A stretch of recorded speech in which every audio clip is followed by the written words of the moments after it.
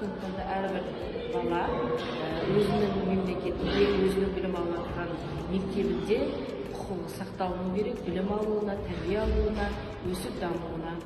Сондықтан да осы бала құқығы туралы заң балалардың бүкіл жағдайын жасауға бағытталған. Қасымбекова, сіз бала құқығы туралы білесіз бе? Иә, мен бала құқығы туралы білемін. 1989 жылы 20 қарашада Біріккен ұлттар ұйымының бас ассамблеясында конвенция қабылданды. Бұл конвенция 54 баптан тұрады.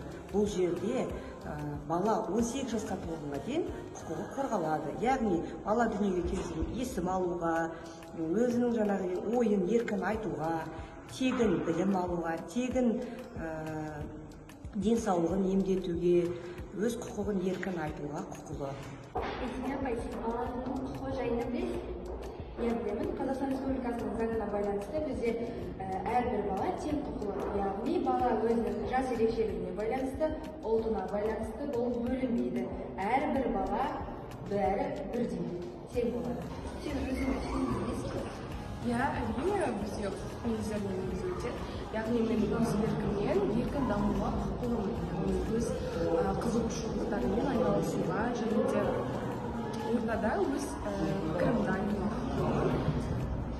Өз құқығыңды білесің бе? Иә, мен білемін. Мен тегін мектепте оқуға және ата-анамды тыңдауға және спорт секцияларына тегін қатысуға өз құқығым бар.